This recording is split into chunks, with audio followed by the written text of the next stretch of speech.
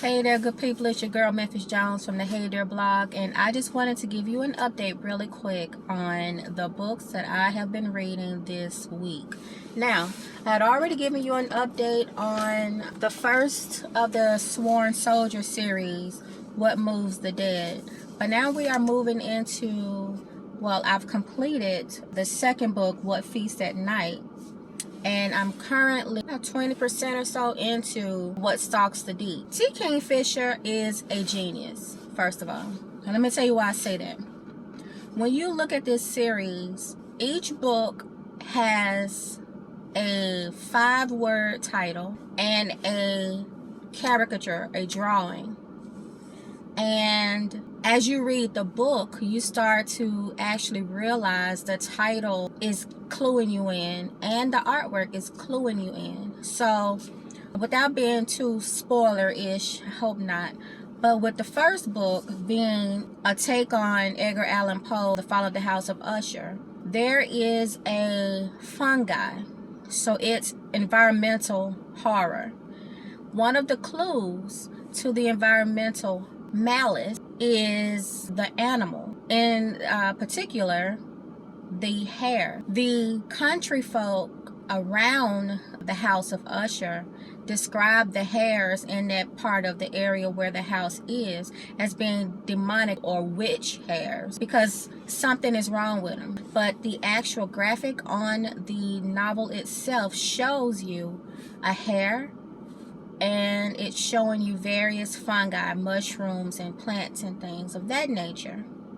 So, same with What Feasts at Night.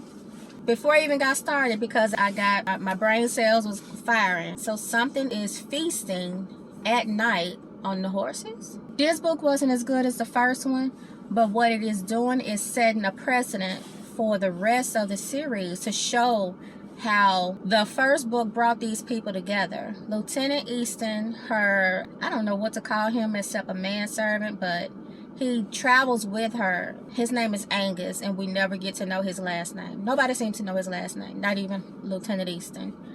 When they get to the House of Usher, they meet Miss Potter, an English woman who is specialized in mushrooms and mycology, and Dr. Denton, who is an American. He had been a Civil War surgeon. When you go through something really horrific or really harrowing that you've had to fight through side by side, neck and neck, and come out on the other side of it, you become a different kind of friend.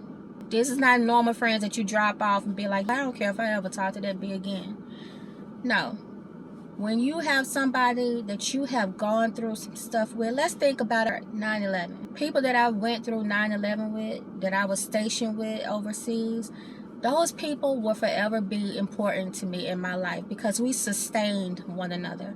Not just on the day of the attack, but the days after the attack, the months, the years after the attack, as we had to change our methods of operating everywhere around us. Those people. So I have an affinity to this Sworn Soldier series because it's showing how people who are not blood become a different kind of family. And so that's why from the first book to the second book to the third book, in various ways, the people that Lieutenant Easton stood shoulder to shoulder with in the first book, they are coming back in the subsequent books. In the second series, Mrs. Potter comes and visits them at the hunting lodge. In the third book, What Stalks the Deep, Dr. Denton asks Lieutenant Easton to come to America and help him because there's a situation. It's related to family, and it's related to a mine that somehow his cousin who went to explore the mine is now missing. What stalks the deep? Mines are deep within the earth. And I haven't gotten really far to see how this cover art will play into the story, but I know it will because there's a method to Kingfisher's madness. And that is why I have been enjoying this series.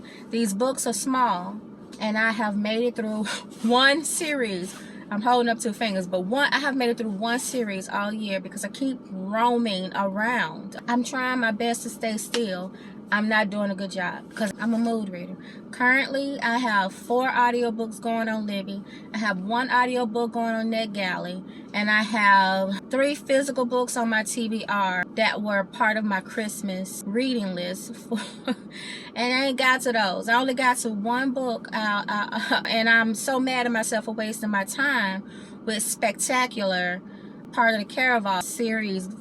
Last thing, so my last book haul for the year, I think I paid $7 for this stack of books. So we have The Templars by Paul Bannister. What you don't know about me is, I don't know, some kind of connection to Templars.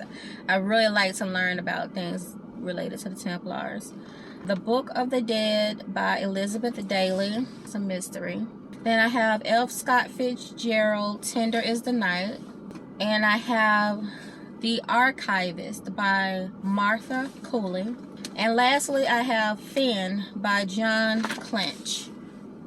I'm going to read this along with James from by Percival Everett. So that is my last book haul, and this cost me a little over $7. I forget the change aspect of it, but anyway, y'all, I know it's been a minute since I got on here. I had a whole lot of plans.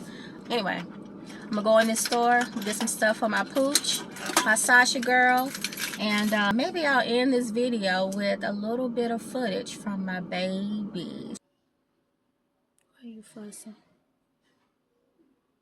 Why are you fussing? No reason. You're just fussing.